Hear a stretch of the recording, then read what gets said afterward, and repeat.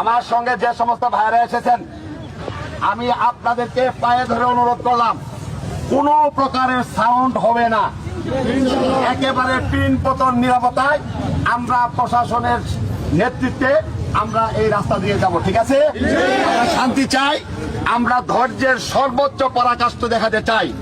যদি আপনারা আমার ভালো চান, যদি আপনারা আমার লোক হয়ে থাকেন, তাহলে দয়া করে কেউ গালি দিলেও একটা সাউন্ড করবেন না। পুলিশ বাহিনী আছে, আমাদের সেনাবাহিনীর ভাইরা আছে, ওনারা আমাদের সামনে স্কট দিয়ে যাক। আমরা যদি অন্যায় করি ওনারা দেখবেন, আর কেউ যদি জোর করে এসে আমার উপর আক্রমণ করে, সেটা প্রতিহত করার দায়িত্ব না। যদি দায়িত্ব না পালন করতে পারেন, যা হবার কপালে আমাদের হবে। আমি নির্বাচনের মাঠ থেকে এইভাবে পালিয়ে যাব না। আমার মৃত্যু হলেও আমি খালি হাতে যাব, হাত সারেন্ডার করে যাব, আমাকে গুলি করেন অথবা আমাকে তাদেরকে বলেন তাদের হাতে দোস্ত আছে, তা দিয়ে আমাকে আঘাত করুন, কিচ্ছু না। এখন নিরাপত্তা দেওয়ার মালিক আল্লাহ। এখন আপনাদের কাছে অস্ত্র আছে, আপনারা নিরাপত্তা কেন? আমরা তো নিরাপত্তা নিতে পারতেছি, একটু অপেক্ষা করেন। রাস্তা আমরা একটু দেখি।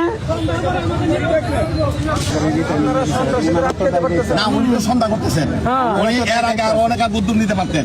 আমি সহকারী রিটার্নিং অফিসারের কোনো কার্যকলাপে আমি সন্তুষ্ট নই, কারণ তিনি আমাদের থেকে এখান থেকে এসে পড়ছেন। আজকে 4 ঘন্টা আমি এখানে অবস্থান করলাম, তিনি কোনো ভূমিকা দেখেননি।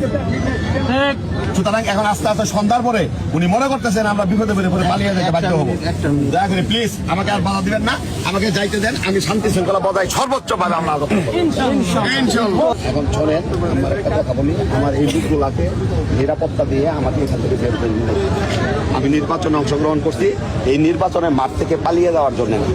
আমাকে যে পালানির পরামর্শ দিচ্ছেন, এই পালানির পরামর্শ প্লিজ আমাকে দিবেন না। আমি মাপ চাই। আমি না এখন আমি বলি, আমি এই সরকারের রাস্তা দিয়ে আমার লোকজনকে একেবারে সুশৃঙ্খল ভাবে আমি নিয়ে হেঁটে যাব। যদি আমার উপর আক্রমণ হয়, আমি আর জীবন যাবে, আপনাদের কোনো দায়ী করবেন না। এখন আপনারা এখানে পুলিশ বাহিনী আছে, আমাদের সেনাবাহিনীর ভাইরা আছে, ওনারা আমাদের সামনে স্কট দিয়ে যাক। আমরা যদি অন্যায় করি ওনারা দেখবেন, আর কেউ যদি জোর করে এসে আমার উপর আক্রমণ করে, সেটা প্রতিহত করার দায়িত্ব না। যদি দায়িত্ব না পালন করতে পারেন, যা হবার কপালে আমাদের হবে। আমি নির্বাচনের মাঠ থেকে এইভাবে পালিয়ে যাব না। দয়া করে প্লিজ আমাকে আর কিছু বলবেন না, আমাকে কিছু বলবেন না। এখন সন্ধ্যা হয়ে যাচ্ছে, আমার কথাটা বোঝেন। যদি অন্ধকার নেমে আসে, এখানে আরো ভয়াবহ সংকটের সম্ভাবনা রয়েছে। সুতরাং এখন আমি আমাদের জনগণকে নিয়ন্ত্রণ করতে পারবো না, তখন সমস্যা হয়ে যাবে।